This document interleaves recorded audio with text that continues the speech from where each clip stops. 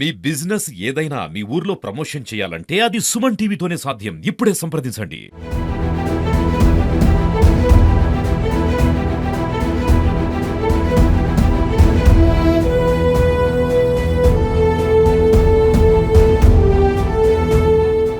నీలం రంగు పార్టీ వాళ్ళు అంటున్నారు, ఏం చేశాడు చంద్రబాబు నాయుడు, ఏం చేయలేదు. కాలేజీలని రేపు నా గవర్నమెంట్ వస్తే మొత్తం అన్ని చంద్రబాబు చేసినవన్నీ కూడా ఆపేస్తూ అంటున్నారు.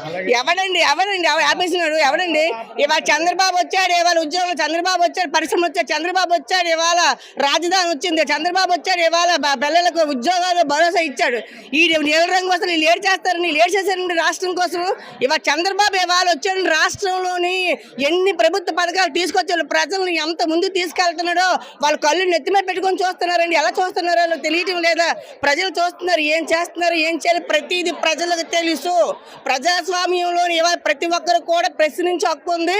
చంద్రబాబు నాయుడు ఏం చేస్తున్నారు, గత పాలకులు ఏం చేస్తారు, ఈ పాలకులు ఏం చేస్తున్నారు అనేది ప్రతి ఒక్కరు కూడా పరిశీలిస్తున్నారు బాబు. తప్పకుండా ప్రజలు బుద్ధి చెప్పిన వాళ్ళకి బుద్ధి రాదు. ఏదో ఒక విమర్శలు వేస్తూనే ఉంటారు, చేస్తున్న వాళ్ళు ఎప్పుడు కూడా తిరుగుతూనే ఉంటారు. వాళ్ళకి ఇంకా చెప్పకూడదు, ఇంకా దీంట్లో ఉన్నారు వాళ్ళందరూ కూడా. ప్రజలు ఇవ్వాలంటున్నారు. మీరు ఇప్పుడు పొజిషన్ లో గత ప్రభుత్వం ఉంటే పరిస్థితి, గత ప్రభుత్వం ఉంటే అక్కడ మేము కూర్చొని మమ్మల్ని శవాలు పశుపతినాథ్ ఘాట్లోని ఈ రోజు మేము మమ్మల్ని కాల్చే పరిస్థితి ఉంటుంది. మమ్మల్ని కూడా ఇక్కడ తీసుకొచ్చే నాదులు కూడా దిక్కు ఉండదు. ఇవాళ ఆ ప్రభుత్వం ఉండే వైఎస్ రాజశేఖర రెడ్డి గారు ఇవాళ ముఖ్యమంత్రిగా ఉన్నట్లయితే ఇవాళ తెలుగు ప్రజలు రారు. ఇవాళ మేము శవాలు కూడా పశుపతినాథ్ ఘాట్లోని ఖాళీ ఇవాళ బూడిదైపోయి ఉండి మా పిల్లలకి తల్లి లేకుండా మా భర్తల భార్య లేకుండా అయిపోయే పరిస్థితి వస్తుందని ఇవాళ తెలియజేస్తున్నాం అందరికీ.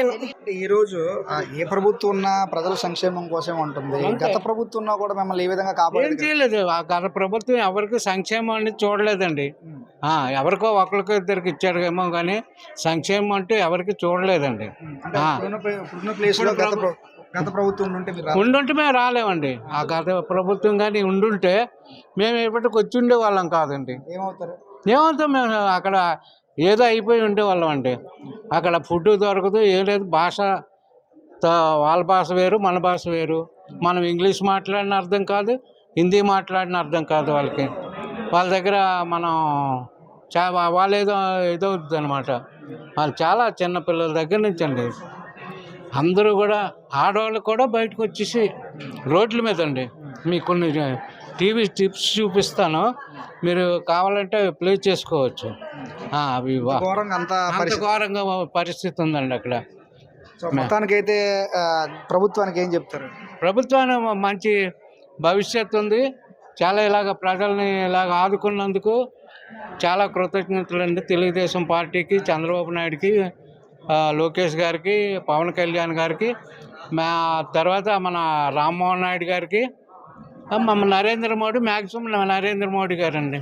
సో ఇది ఇక్కడ పరిస్థితి. నిజంగా అంటే ప్రభుత్వాలు ప్రజలు కాపాడడానికే కానీ గత ప్రభుత్వం ఉంటే మేము ఈ రోజు ఈ పరిస్థితుల్లో ఉండకపోదాం. నిజంగా ఇక్కడికి బతికుండై వస్తామనే నమ్మకం కూడా మాకు లేదు. ఇదే పశుపతినాథ్ దేవాలయం దైవ దర్శనం కోసం వెళ్ళాం. దైవ దర్శనానికి వెళ్ళిన వారు దైవం దగ్గరికే రెడీగా వెళ్ళిపోయినా ఆశ్చర్యపడాల్సిన అవసరం లేదు. ఈ ప్రభుత్వం ఉంది కనుకే మేము ప్రాణాలతో అంటే బతికి బయటపడ్డాము. నిజంగా ఇంత మంచిగా, ఎంత ఫాస్ట్గా ఇనిషియేటివ్ తీసుకొని మమ్మల్ని అందరినీ ఇక్కడ విశాఖ ఎయిర్పోర్ట్కు తీసుకొచ్చిన, ఒక స్పెషల్ ఫ్లైట్ ద్వారా విశాఖ ఎయిర్పోర్ట్కు తీసుకొచ్చినటువంటి నారా లోకేష్ గారితో పాటు నారా చంద్రబాబు నాయుడుకి, అదేవిధంగా డిప్యూటీ సీఎం పవన్ కళ్యాణ్ గారికి మీ అందరం కూడా ఎప్పుడు రుణపడి ఉంటామంటూ కూడా ఇక్కడ ఎవరైతే ఉన్నారో నేపాల్ నుంచి వచ్చిన వారు అందరూ కూడా చెప్తా ఉన్నారు. ఇలాంటి మరిన్ని లేటెస్ట్ అప్డేట్ కోసం చూస్తూనే ఉండండి Suman TV. Video journalist Appal నాయుడుతో చందు, సుమన్ టీవీ విశాఖపట్నం.